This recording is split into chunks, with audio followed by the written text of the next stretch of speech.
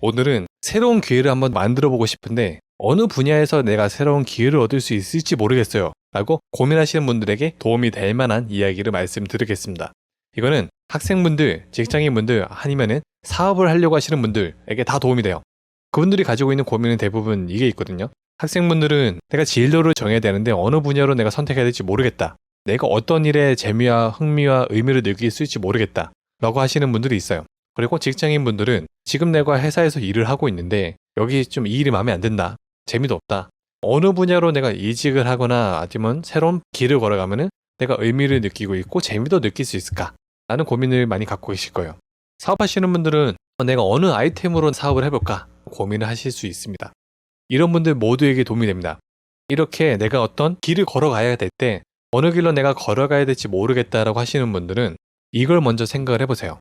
외부의 트렌드 아니면 산업 전망보다도 내가 지금 가지고 있는 결핍이 뭔지도 한번 생각을 해보시면 좋습니다. 그 결핍을 가지고 아이템을 정한다거나 진로를 정하시면은 여러분들이 재미와 의미를 모두 느낄 수 있는 확률이 상당히 높아집니다.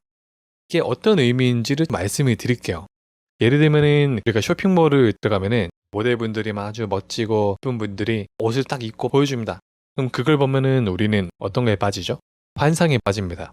나도 저 옷을 입으면은 이쁘고 멋있을 수 있지 않을까 생각을 하게 되죠. 그런 기대와 함께 주문을 합니다. 그러면은 택배가 와 있어요. 신나는 마음으로 그 택배 상자를 엽니다. 그리고 입어보죠. 거울을 봅니다. 뭘 느끼게 되죠? 현실이 이거구나를 알게 됩니다.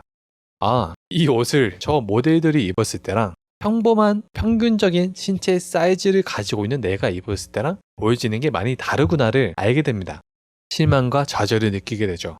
하지만 역시나 또 얼마 후에는 또 새로운 상품을 보고 환상에 빠져서 주문을 했다가 다시 실망과 좌절을 하게 됩니다. 패턴들이 반복이 돼요. 그런데 누구는 여기서 그치는 게 아니라 얘를 새로운 기회로 보고 도전을 하게 됩니다. 왜 항상 그렇게 쇼핑몰이나 패션 잡지 같은 데 보면은 아주 비율도 좋고 아주 얼굴도 상당히 아름답고 이쁘고 잘생긴 분들이 입고 보여주는 걸까? 우리는 왜 똑같이 저 옷을 구입했는데 다른 모습을 보이게 될까? 왜 맨날 바지를 구입하면은 밑단을 잘라야 되고 일반적인 아주 대한민국 평균 사이즈를 가지고 있는 사람들도 딱 입었을 때 아주 멋있어 보이고 이뻐 보이고 그 다음에 태가 좋게 나올 수 있고 그러면서도 편한 그런 옷은 없는 걸까? 라고 이제 고민을 하는 거죠. 거기서 시작을 하면은 기회들이 생깁니다. 실제로 이렇게 하시는 분들이 많이 있잖아요. 실제로 이런 쇼핑몰들도 있고요. 아니면은 아예 확 빅사이즈의 옷만 다루고 있는 쇼핑몰도 있고요. 이렇게 평범한 사이즈를 갖고 있는 분들이 편하게 그러면서도 이뻐 보이게 코디할 수 있는 방법만 가지고 컨텐츠를 만들어 내시는 분들도 있습니다. 아니면 어떤 신체적인 약점들을 보완할 수 있는 패션 아이템을 소개해 주시는 분들도 있고요. 그게 다 기회가 되는 겁니다. 코디 되게 잘하시는 분들을 보면은 내가 스스로 그런 아쉬움을 느꼈던 분들이 코디를 잘하시는 분들이 되게 많아요.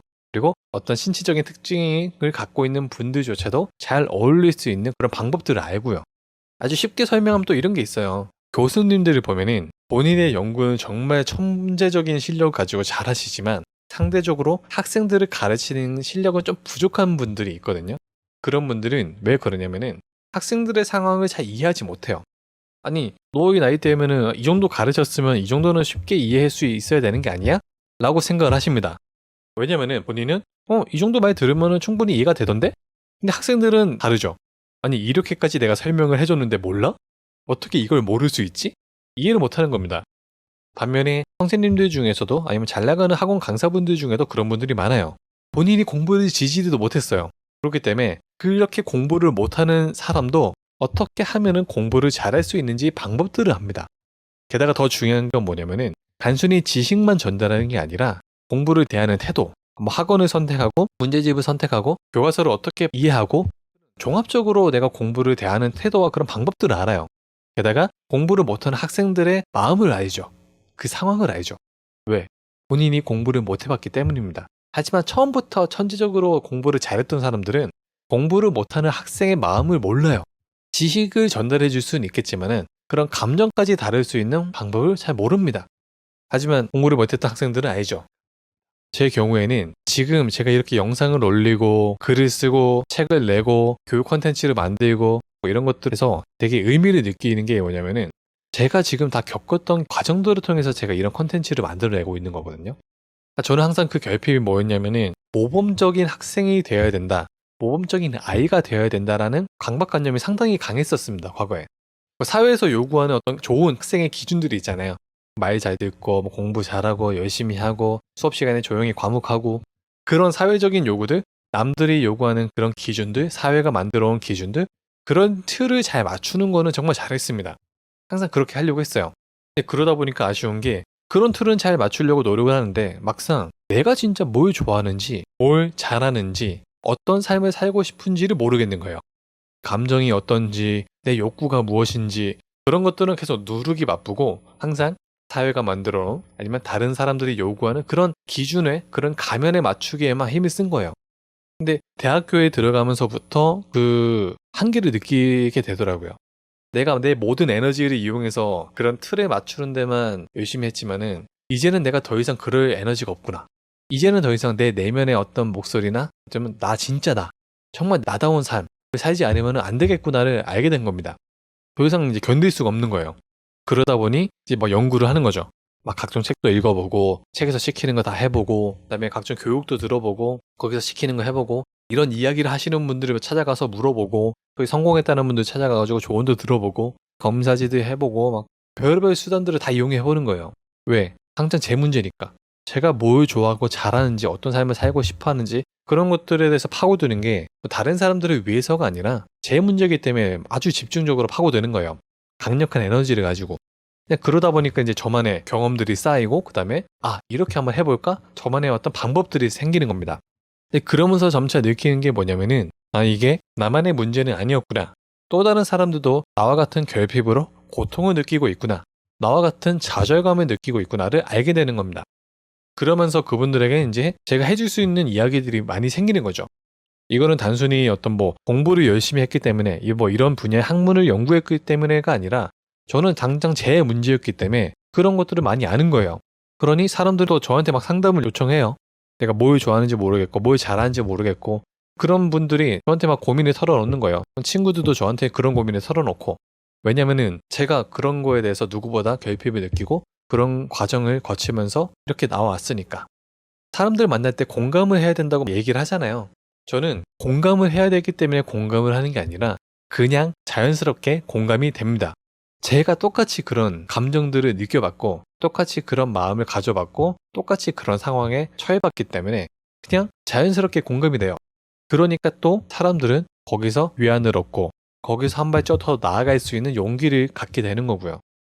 우리가 어떤 기획서를 쓴다거나 아니면 사업 아이템, 사업 계획서를 쓸 때 제일 먼저 하는 게 뭐죠? 어떤 사회적인 문제, 그리고 고객이 누구인가, 고객이 어떤 불편을 겪고 있는가, 얘를 먼저 분석을 합니다.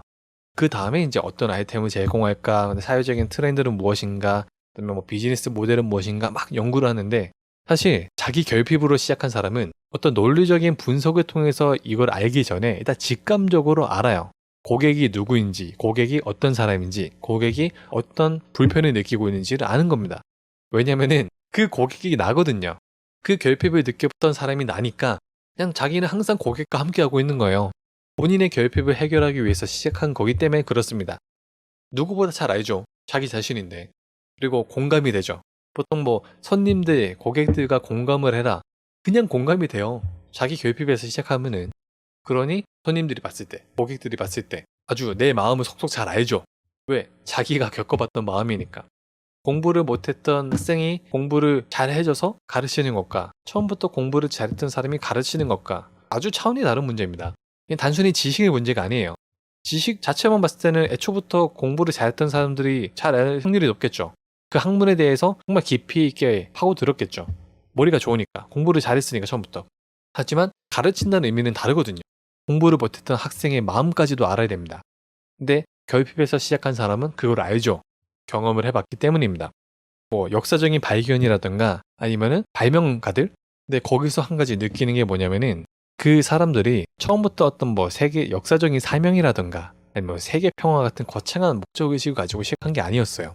그냥 자기 결핍에서 그러니까 나 혹은 자기 가족이 겪고 있는 그런 문제점에서 시작을 하신 분들이 상당히 많았습니다.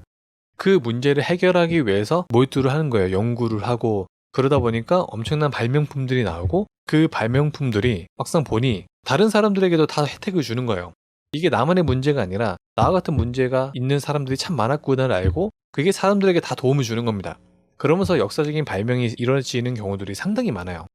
어떤 사회적인 지도자들, 이것도 마찬가지예요. 보통 어떤 사회적인 지도자들이 나올 때 그 지도자가 어떻게 생기냐면은 사회가 가지고 있는 결핍을 이 사람이 해결해 줄 수 있을 것 같다라고 판단이 될 때 그 사람이 지도자가 되는 경우들이 상당히 많습니다.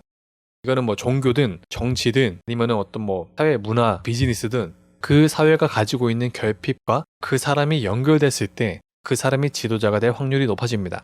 사회 문화 예능 예술 그런 트렌드도 다 비슷해요. 그 사회가 가지고 있는 결핍이 무엇인지를 알고 거기에 맞는 아이템을 냈을 때 그 아이템이 대박이 날 확률들이 상당히 높아집니다. 그 패턴은 모든 것들이 항상 반복이 되고 있습니다. 그래서 뭐 진로를 정할 때나 아니면은 사업 아이템을 정할 때 처음부터 뭐 10년 후에 전망이 좋은 직업 아니면 뭐 그런 뭐 통계 자료들 이거부터 따지기 전에 거시적인 트렌드를 너무 따지기 전에 내가 가지고 있는 결핍이 무엇인지를 먼저 한번 생각을 해보세요.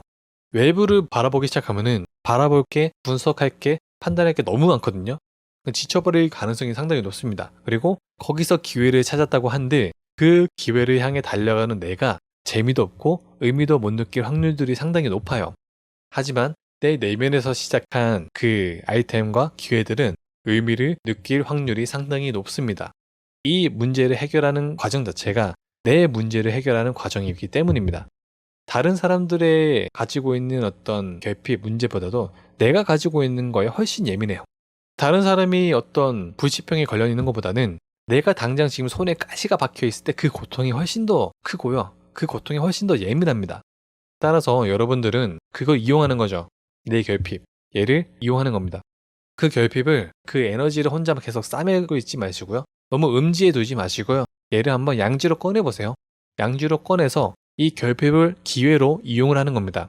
아주 이 밝은 면으로 꺼내보세요. 그러면 여러분들이 진짜 여러분들의 삶을 바꿀 수 있는 도약의 기회가 될 수도 있습니다. 그 결핍이라는 요소가요. 결핍이 더 이상 결핍이 아닌 겁니다. 다음에 또 여러분들의 삶에 도움이 되는 이야기로 찾아뵙겠습니다. 감사합니다.